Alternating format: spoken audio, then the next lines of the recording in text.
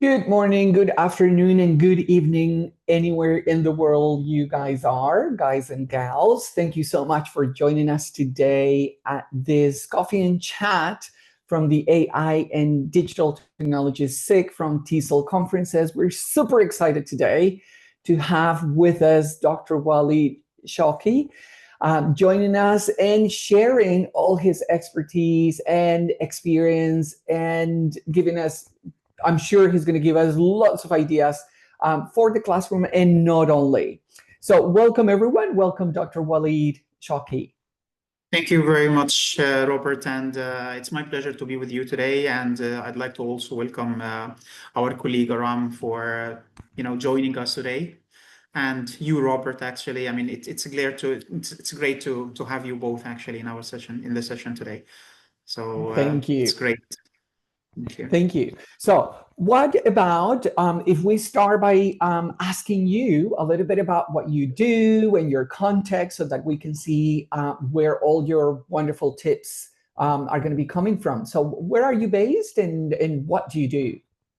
Right at the moment, I am, an academic at in an institution in a private college in the ministry in Oman. It's called the Modern College of Business and Science. I've been here in Oman for like 3 years, and I'm coordinating the English department. At the moment, I'm also working on creating a professional development unit where it's responsibility to evaluate the faculty in the college from all different disciplines, like in English language teaching, AI. We also have departments in business, cyber security, and commercial law. So we are going to create a unit that would be responsible for evaluating all the different faculty members in the college. We are creating a framework of evaluation. Along with that, we're also going to curate what we call it a professional development opportunities and suggestions on how these people are evaluated at the moment and how they can proceed with their professional development. This is my situation at the moment, and I really love Oman. It's a beautiful country, and the people are really nice. Actually, among the nicest I have seen in the Gulf. Before that, I worked in Cambridge University Press as an educational consultant for 3 years, where my responsibilities including promoting, their course materials, getting approvals from the Ministry of Education, working on adapting the course books to the Arab context. Like we used to have international course books created by Cambridge, but we adapted these courses into to the Arab. So we were selling these books, for example, in Saudi Arabia, in Emirates, in Lebanon. So we wanted to, I would say, make it more culturally appropriate to the Middle Eastern context. I will also trainer, like I used to provide training to all colleges and universities, even schools who were using Cambridge resources and materials. And before that, I was King Abdulaziz University in Saudi Arabia for like 10 years in Saudi Arabia. Wow. 10 years, yes, at King Abdulaziz University in Jeddah, where I was responsible for the professional development unit. Again, I was the head of professional development unit. So what's wrong with the camera? Can you see me? I Yeah, think there's something yeah, something you changed with the camera. I don't know what purple. happened. I don't know why. All of a sudden, I didn't touch anything. Right. Shall Yes, I shall I turn it it's off and on again, I purple. guess? Yeah, Probably. you can try and see. Yes, Oh, it's okay, better now. better. Yes, Yeah, it's it's back better. to normal. Okay. Great. Yeah. So Okay. what? So during my work at King Abdulaziz University, I was responsible for the professional development unit. Again, creating a framework for teacher evaluation, providing workshops for training, and so on. Oh, Yep. okay. So this is That's all about, back in Egypt, I did, I worked in American University in Cairo. I worked in different language institutes as a language trainer, and that's it. right. Nice, all over the place. And I can see, for example, you're now in Oman. You mentioned Aram is in Egypt. I'm in the north of Spain. What about the Mhm. others, the chat box, our people who are following us now? It would be great to hear from you, like in the chat box, if you want to share with us where you are right now. That would be fantastic so that we can get a feel for Perfect. where you are. So if you Yes, go want ahead, guys. to, yeah. Tell us something about you. So we have Okay. Miss Rania Gamal. Could you please tell us where are you from? Zaranjis. I hope I'm pronouncing it correctly. Zaranjis. Hello. Can you tell us where you're from? You're muted. Am And I? Oh, in the chat box, I yeah, can yeah. see, yeah, Zaranjis, you're muted, Zaranjis. You are muted. No, you are. I yeah, can see her face. She's trying to say something. Okay, type it, type it. yeah. Typing is fine. We can see Heba in Saudi Arabia, Eva is Doha from in Saudi Egypt Arabia. as well. We also have Salman Miss in Saida. India. That's right. We also have Miss Aida Okay, joined. right. Okay, we'll keep an eye on the chat box. Let's get started Yes. with a warm up poll. So impact, about the impact of AI on learning. So I'm going to share a poll with you. Let me just admit more people. They keep coming in. And let's see what people think. The use of AI tools in the classroom. So let's see. Just one sec. Just one sec. Let me just open the poll. So Go back. Just one second. Yes, the I use think of Zaranj says that we unmuted her. We muted her, so Yeah. let me unmute, I think, if we Yes. can. Oh, okay. Hello. There Yes. you go. Okay, Hello, sorry. everyone. Can you hear me? Yes, we can. Yes, we can hear you now. Yes, I'm Zarangiz. I'm English teacher from Tajikistan. Oh, Oh, Working. wonderful. wonderful. Thank you for joining Tajikistan. us. Yes, It's it's great to second have time you. I'm joining you. Yes. Wonderful. And Thank you and welcome. Zarangis. Which level do you teach in Pakistan? I teach from fifth grade till 11 in Perfect. international presidential school. Do you use AI in your classrooms? Sometimes yes, but I use it for my making plans, for making PowerPoint presentations. But we use books, yes, when we want students to make some according to our tasks. When we want them to make something, we let them use, but not all of the times. But teachers use this AI, yes. Yeah. Great. Thank you so much. Great. Just for Thank you. everyone, the poll is open now if you want to vote on the use of AI tools in the classroom. And also welcome to Ida from Egypt. The poll is open. We're just going to give you a few more, another 20, 30 seconds if you want to vote. We have basically 5 questions. Number 1, yes, significantly improves their skills. Number 2, somewhat improves their skills. Number 3, not noticeable improvement. Number 4, I'm not sure, I haven't used AI tools yet. And number 5 is actually doing the opposite, hurting their skills. So let's see, 2 people have voted. Let's see the others, if we can get a couple more votes. Yes, Ms. Rania, please. Salman, Dua. Okay, could you please tell us what do you think? Does it actually improve your students' language skills? Or no, it's deteriorating it? You muted yourself again, Zarangis. No, it's us again.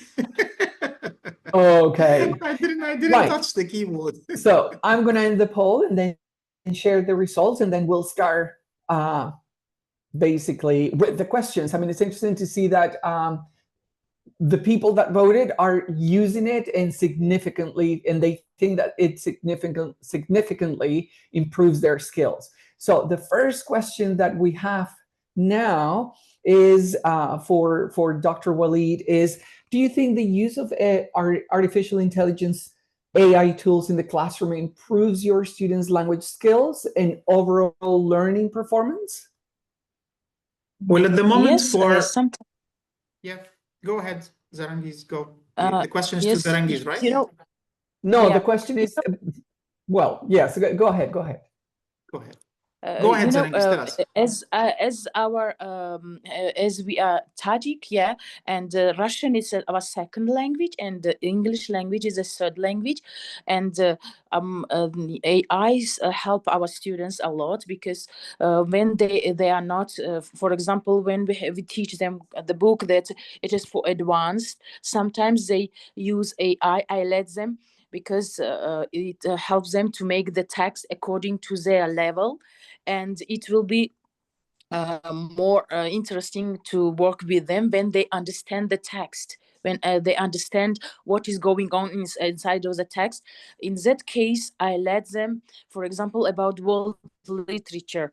They're about Life is a Dream by Pedro Calderón de la Barca. It's very difficult, it's advanced level, but I let them to make it easy for them. They use AI in order to be understandable this text, and they use it, and they can retell it and say the main purpose of this text.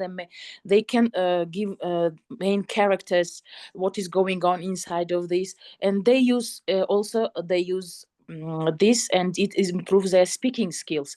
It's better than staying without saying nothing. Yeah, it's when they speak better than they cannot understand and say, teacher, I didn't get anything from this text. It's very difficult for me. It's not my level. That's right. And in this case, I let them use AI in order to be interesting for them, in order to understand the main purpose of this text, what the author wanted to say, what is a bad character, what is a good character, and what is the moral of the story. In this case, I let them, and it helped me a lot, yes. Thank you, Zarangiz. And Dr. Waleed, then the question for you would be, what does learner autonomy mean to you? Because we're talking about AI and learner autonomy. Does it work? Does it not? Actually, learner autonomy is or has always been a tool, okay, or it's actually a procedure where students become responsible in their own learning process. It's not only about finding resources to educate themselves through the internet, but there are many other texts or ways that students can do to become independent or autonomous learners. Students can actually setting their learning goals, using the using digital tools, for example. That's what's happening at the moment. So, and they actually follow up with their learning process. They can evaluate what they have learned. They can also modify their learning plans. They evaluate the outcomes at the end. So getting the students the full responsibility of becoming or taking care of their own learning journey, rather than depending on the teacher and depending on the course that's provided by the college or by the school, and the students feeling that they have to do that. This is the only thing I need to do to be able to learn the language. And I have no rule. I mean, I'm just a receiver of the knowledge. The teacher's responsibility is to provide us with whatever knowledge we are supposed to learn. And we have an already set goals that we have to follow, and we cannot deviate from this. Becoming an independent learner can actually change this, where we can see students part of the learning process. They can, along with the teacher, in some institutions, along with the college or the school, they can discuss and they can negotiate the learning outcomes that they want to achieve at the end.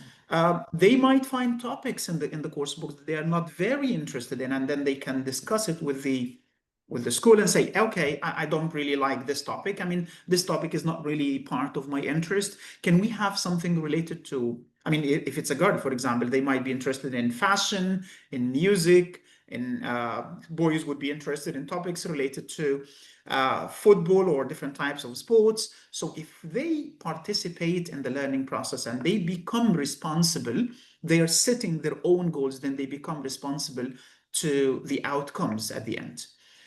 This is actually the idea of independent or autonomous learning, giving students responsibility towards their own learning rather than giving everything to the teacher and the institution.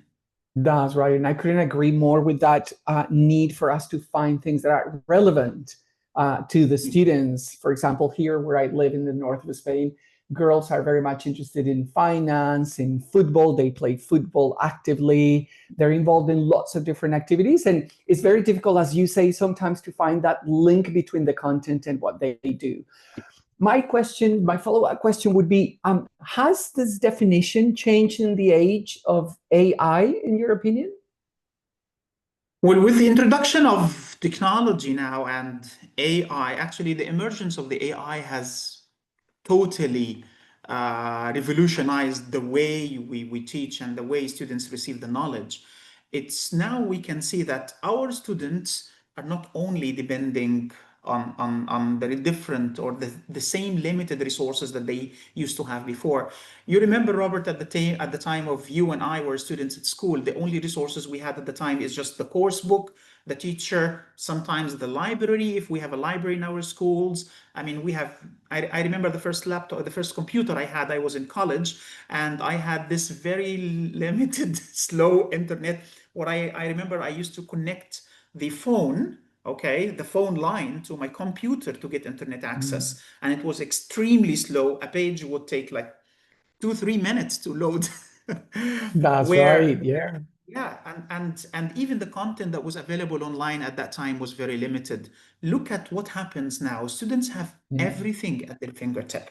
By one click, they have the whole world of English language learning.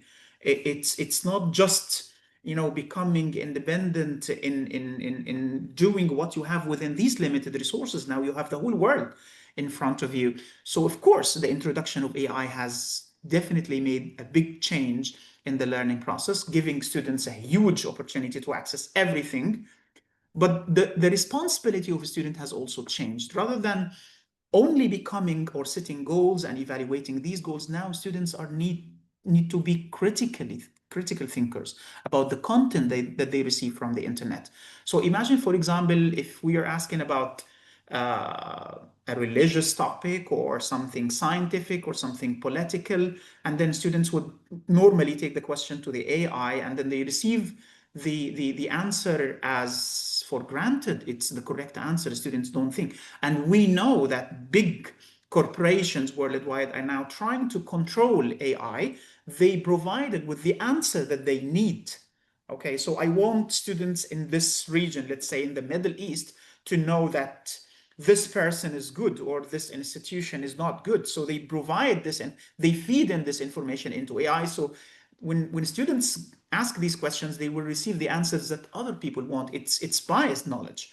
So we need our students to not only receive the knowledge, but they need to critically think about and evaluate this knowledge, whether it's correct or not, whether it suits my context or not. And also prompting. Now students also need to be trained on how to ask the AI questions. Okay, so before they just used Google, or they used to go to YouTube, find a simple YouTube video and then watch it. But now with the use of AI, if they do not ask the right question in the right way, they may not get the answer that they're looking for. So we need to train our students on how to use, prompt engineering. So we need to train our students on how to use AI effectively to support them in the learning journey. Apart from this, it might not help them as we expect. Absolutely, so couldn't AI agree has more. definitely changed. Yeah. Yes, I think what resonates the most with me from what you're saying is this need, because AI is here, just like other technological advancements when they became available, the calculator, then the projector, then the video projector, then the computer, then the portable computers, then the tablets and the smartphones. I think the need for AI literacy right now, as you say, because it is not just that it is there. It's just that, everyone is using it, but are we using it ethically? Are we thinking about what's happening? Are we taking for granted all the answers, or just thinking, wait a minute, this might be biased, or maybe this is not correct. Let me check other sources. Absolutely. Exactly. And can you think of any moments where technology clearly empowered learners, or maybe the opposite in your own experience? Well, in my context in college, I can see that technology supports the students, but again, without the guidance of the instructor or the teacher, students may not go in the right direction, because in most cases, students tend to just copy paste the knowledge or whatever they receive from AI. So, for example, if you ask your students to write an essay about global warming, for example, students, they just take the title, copy paste it on AI, receive the answer, and then take it, then just forward it to the teacher without even reading it. So this is the negative impact of AI. What we need to do is that we tell students, we train students in how to use it. Okay, it's not just, we cannot prohibit or we cannot forbid the use of AI. We need to promote it among our students, but how they are using it, this is the issue. For example, I sometimes ask my students to write their first draft. Okay, during being in the classroom, in many cases I do not allow students to use the mobile phones during the session. So this is the topic. What you need to do is to come up with ideas. What are the advantages and disadvantages of a specific topic? And then, write your own ideas, write your introduction, write your body one, body two, write your conclusion. And then, okay, you're done with this. What you need to do now is that take this, upload it to AI, and I usually give them the prompt. It's not just take it and ask any question that you want to ask. No, give this a specific question. Please check, for example, the grammar, the flow of ideas, coherence, and the structure, for example, because every time we need to focus on one aspect of the essay writing. So this time, for example, I want my students to focus on grammar, grammatical mistakes, or could be spelling mistakes or punctuational mistakes. So go and ask this. What are the punctuation mistakes? And then when the students receive the answers, I ask them, okay, what are the changes that you need to do? Here are the changes. Perfect. Why do you think this is correct? Why do you need to put this word as a capital letter, or why do you need to add a question mark? Because they have to understand. It's not just taking the knowledge from AI and then using it. If AI, for example, suggests that this sentence should be in the present perfect rather than the past simple, so then you need to ask your students why. Okay, encourage them to think. Okay. Similarly, in speaking, I sometimes encourage my students to use chatbots to improve their pronunciation. So go to this application or open it in your mobile phone, pronounce these sentences, and then tell me if your pronunciation is correct. See what answers are you receiving, and so on. So it has both actually the positive and the negative sides. The most important is that you avoid over-reliance on the use of AI, and make sure that your students are using it ethically and as you want them to use it for the benefit of their students, rather than demotivating them and then reducing their critical thinking skills. That's right. And that just made me think of, reminded me of this new term, right? Cognitive offloading, which is what we need to prevent students from doing, and even ourselves, in the sense that over-reliance makes people lazy when they know that they just need a prompt, they get the essay, and then they share it, and then that was it. I really like what you share, because that process, the same thing with writing, right? So it's process writing. Exactly. I focus on the process is where the learning is where they can use it, but we are basically using AI to teach them at the same time individually, identify the mistakes. Why were those the mistakes? Because one of the things that happens very often is that we ask them to write an essay, we give them feedback, and we never go back to it. They probably don't even read it. it was a waste of time for everyone. But I totally agree that with AI, if there is a focus on being ethical, being for us to guide them onto what is doable and what is not, what I should do and what I can do responsibly, using it responsibly, but at the same time as a process where they can learn from it, I think that's the way forward, right? So we have one more poll which links into this, to learner autonomy. And so the question is, I'm going to share the poll with our audience, and we're going to give you a minute to think about it, and then share your ideas. The question is, how's your definition of learner autonomy changed with the rise of AI in light of your own experience and what we've been talking about? And we're going to give you just a minute to share your ideas. We have 5 different possibilities. Okay, that's interesting. Yes, good. Okay. Oh, there's a little bit of a mix. That's good. That's interesting. We'll share the results in a minute when we get 4, 5. Okay. Now. Yeah. More people are voting. That's great. Okay, so I'm going to share the results now so that we can comment briefly on them before we move on. Dr. Walid, what do you think about those results? They're interesting, huh? Yeah, I think most people agree that students are more autonomous using AI, which I would agree. Yes, they are, unless or if you are actually giving them the right guidance and the right training on how to use AI. So Absolutely. Yeah. please make sure that you tell and you train your students to use it effectively for their benefit rather than over relying on AI doing everything for them.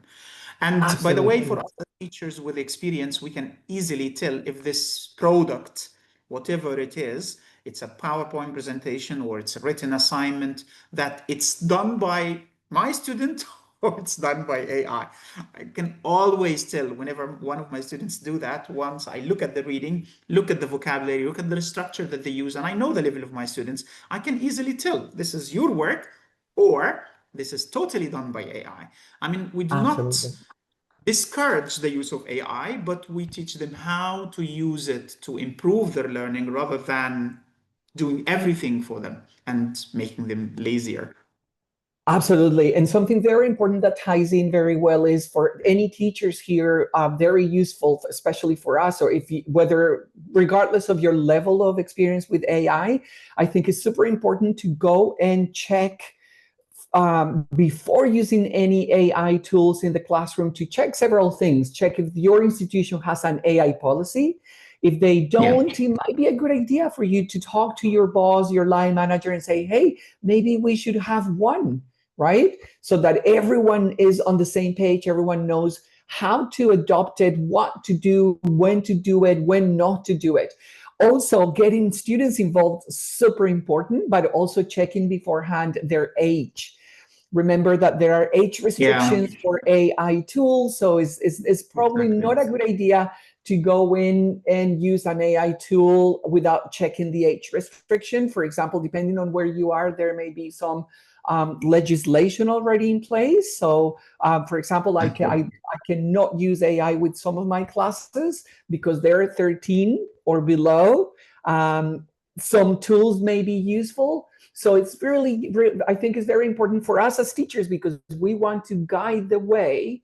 We need to be obviously informed. So I think that's this, this is why we're here today. We want to be able to help as many of our peers as possible.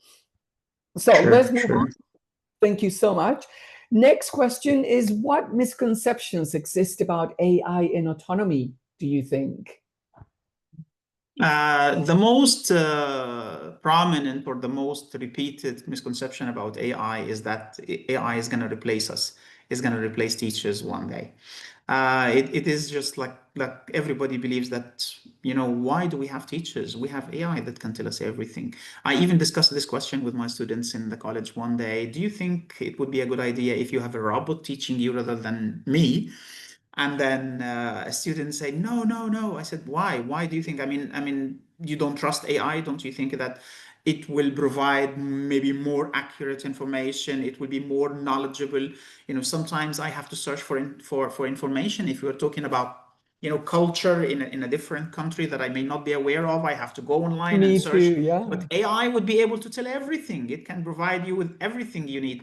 And then they say, no, no, no, we don't want a robot. It won't be able to understand how we feel. Okay. That's right. Exactly. This is the human aspect of the teacher. So it's very important even by looking at our students' eyes, we can tell who understands, who is not, who is involved, or who is engaged in the task and actually working collaboratively with his mates, or who is not. So there are many human aspects that I don't think, at least at the time being, I will not be able to do unless things might change in the future. And we know with I the totally agree. huge development in AI, so we That's don't know what will right. happen in the future.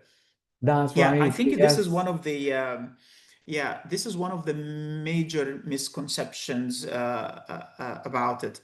The other thing is the ethical use. I mean, many students think it's okay. I mean, everybody Hmm. uses AI. Why don't I? I said, okay, use it. We don't say that you don't have to use it. You can't use it. No, use it. But how to use it, this is the most important part. We That's right. want you to learn through AI, but we don't want AI to do everything for you, and then you learn nothing at the end. Because That's right. I have seen some students, even in class, when I ask them to do a task, they just go to AI and then they get ideas. They sometimes write the sentences in Arabic and then the AI translates and then they copy paste. I tell them, okay, what are you going to do in the exam?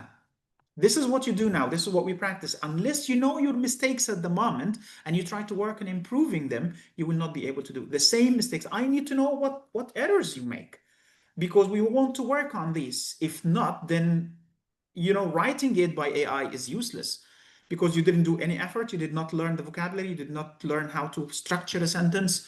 You know, I don't know your mistakes. Without knowing your mistakes and working on improving them, then you are not learning. So using AI is prohibited at this stage. You need to use it okay later on at this stage, and this is how you use it. And then once you finish, you go to the next step. So for example, sometimes I ask my students to write, as I said, an essay, and then write the first draft, submit it to AI, get feedback on grammar, then go back, improve your grammar or correct your grammatical mistakes, then take the second draft to AI, and this time you need to check the structure, okay, and maybe coherence, and then go back, correct, discuss the suggestions made by AI and why, what mistakes you made, how to work on improving them, and then go to the third time. This time we are going to check the flow of ideas or the correctness of the ideas, or and then so we use it for specific purposes rather than getting the full answers and just submitting them. So it's telling them yes, but how? That's right. And this links in perfectly with assessment. I was watching a webinar a couple of days ago about language assessment and AI and how a lot of people are in academia everywhere in the teaching world. They're talking about the need to reinvent assessment. Because the thing is that, for example, what you were saying with writing essays, for example, I also teach exam preparation classes, and you can tell when a student has used it or not. So the question is, will you, same question I ask my students, will you be able to use a computer when you're doing the exam to help you? You won't. And even if you use AI, then I've added, and I obviously learned this from one of those webinars where they were discussing language assessment in AI. And it is that when people use AI completely, like let's say for 90% of what they're doing, and then just copy and paste and maybe tweak a little bit here and there, but it's really not, they're not invested mentally, they can't really talk about it or tell you about it Yeah. because we only learn that and we're only confident enough to talk about the things we have had to think about and process, and my mistakes were here. For example, asking them, okay, so that essay is perfect now. I can see that you use AI iteratively. And that is great. Now tell me, what have you learned from the process? What were the initial mistakes? I know because, for example, one of the things that some of the universities that I've worked with recently, if you use AI, you must have an AI transparency statement showing where Yes. and how you used it. So I think that's the way forward, where we question students and say, okay, this is great. You are at B2 level. However, this is a perfect essay. So let me ask you some questions about it. If Exactly. they're able to tell you about the process and about the content, it is, I think, is fair that they then get the grade, the normal grade. But more often than not, they can't because they have not used their brain to go through the process. And this how process or this how questions should be set earlier before we start the task. We should tell students that, okay, whatever you are submitting, you have to answer questions related to whatever you wrote or said or presented, so that you not only need to submit it. There are some specific questions about the process. Okay, how did you come to this conclusion? Why did you include this part here? What do you mean by this idea? Could you please explain this sentence or this idea to us? Why did you use this connecting word? Why? I mean, you need to ask them these questions. I need to be ready to answer these questions so they know from beforehand, before they start working on a task, that even if they are going to use AI, they will be asked questions about it. If they do not, even if it's done by AI, they have to read it again, modify, critically think about it, be ready to answer any questions. I mean, I don't have a problem, getting something done by AI, but you have to make sure that you understand it, you contributed to the process, okay, That's and right. you're able to answer this. So even if it's done, you need to answer questions about it. That's If right. you don't Yeah. understand it, then it's useless. Yeah. And I've Yeah. started asking my teenage students whenever they have to submit essays that I tell them you can submit them digitally or in writing, but if you use AI, you must add an AI transparency statement. And I've given them an example. So AI was used at the For editing. ideation process, blah, blah, blah. This is the link to the prompt. These are the initial results. And my amendments were made in paragraphs 1, 2, and 4, for example. So I think that Yes. is important because then they know, okay, fine, I can use it, but there are some parameters. It's not that they're going to use it and they think, it's going to be okay, and we're not going to notice that they haven't used it. They get away with it. That's right. Yes. Okay, well, time is of the essence. We're getting towards the end. I see that there's a question, Heba, in the chat box, and Heba says, can you tell us, Dr. Walid, how do you evaluate teachers based on their use of AI? That's an interesting question. Well, I would say that AI for teachers is a great tool, actually. I mean, it has helped us more than anything before. Think about teachers before where they have to write long lesson plans. Think about teachers where they have to give personalized feedback for every individual student. Think about the time where teachers need to write reports, single report for each individual student, and how much time you used to spend in this. Now, with the introduction of AI, these tasks have become too easy. They can be done in a click. So, I mean, we cannot deny for us as teachers, which gives us more time to work on other important things in creating activities, for example, to improve our students' critical thinking skills, in evaluating students' performance, in getting them engaged into tasks, in reviewing their projects, and so many other different types of learning that we can work on. But for teachers, it is important to use AI, and again, to learn how to use AI. Prompting is very important. Prompt engineering is very important for teachers to learn how to ask questions. If you're designing a task, an activity, or this is what most of us usually do at the moment, is that go to AI if you would like, to create multiple choice questions about story or about a reading text, or anything. You need to know how to ask the questions, not just go to AI and create 10 multiple choice questions about this topic. No, you need to decide which level, which country, Are they first or second language speakers? You have to identify the group, the age group. You have to tell all these details to the AI before you get the answers, because what happens is that it might give you questions that you take, then send it, just like what we do with our students. We need to train our students to learn how to use AI. We also need to get teachers to learn how to use AI, which is more Absolutely. important, because you are going, if you're not trained, you won't be able to train your students.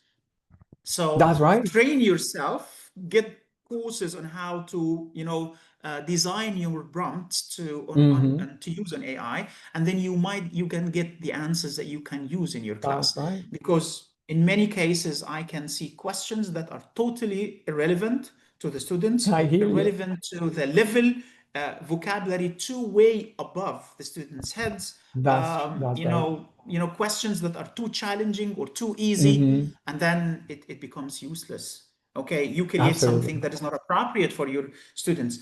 It is very helpful, as I say.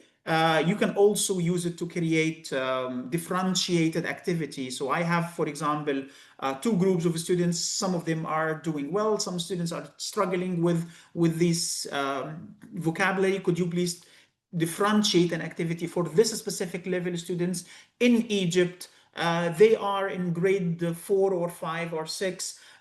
They have done well in the first exam, but they are not doing well in this. They have, you have to explain clearly the situation to the AI tool so that you can receive appropriate, answers that you can use in your class. That's right. And this boils down to the old, there's nothing new under the sun. It's pedagogy, understanding how we teach and how we learn to guide AI. It's so important. Totally agree. So I thank you so much, Dr. Waleed. We're way past the hour. We just want to say thank you so much to everyone. Thank you for your time and for sharing so many wonderful tips and classroom-based experiences, and also for all the tips and pieces of advice that you shared with us today. Thank you, everyone, for being here. It's been great. Thank you for the questions, for participating in the polls, and for sharing all the information in the chat box as well. So have a great day. And remember, AI supports teaching, but we teachers inspire it. I want to leave you with that thought. Yeah, thank you perfect. so much. Thank you very everyone, much, Robert. have a nice day. I really appreciate your presence, Robert. And I'd like to thank all the attendees today. Your presence have actually encouraged us to do the session and to provide you with these ideas. I hope that everything went well and you enjoyed it. Looking forward to seeing you everyone again in a different session with AI DTSIG. Thanks, everyone. Exactly. Stay tuned. Bye. Bye, everyone. Thank you, everyone. Bye-bye. Thanks, Asma, Fazr.